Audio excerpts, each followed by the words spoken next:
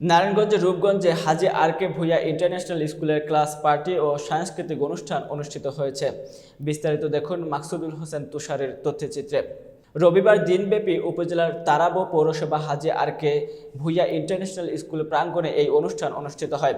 অত্র বিদ্যালয়ের সভাপতি ও প্রতিষ্ঠাতা হাজী রায়হান ভূঁইয়া কবির সুমনের সভাপতিত্বে প্রধান অতিথি হিসেবে উপস্থিত ছিলেন তারাব পৌর বিএনপির সভাপতি তাসিফ হক ওসমান।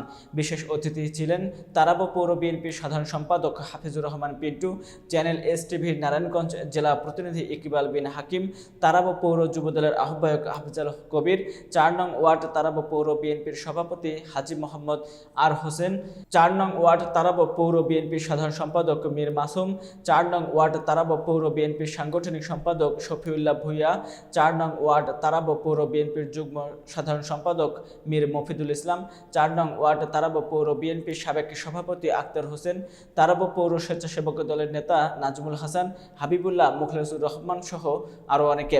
এ সময় অত্র স্কুলের শিক্ষার্থীরা গান, নৃত্য, কৌতুক পরিবেশন শেষে কেক কাটা হয়।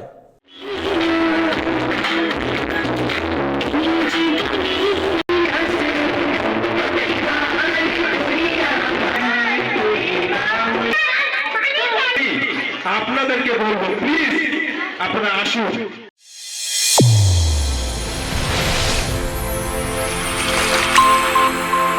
চ্যানেল A1 হৃদয়ের স্পন্দন।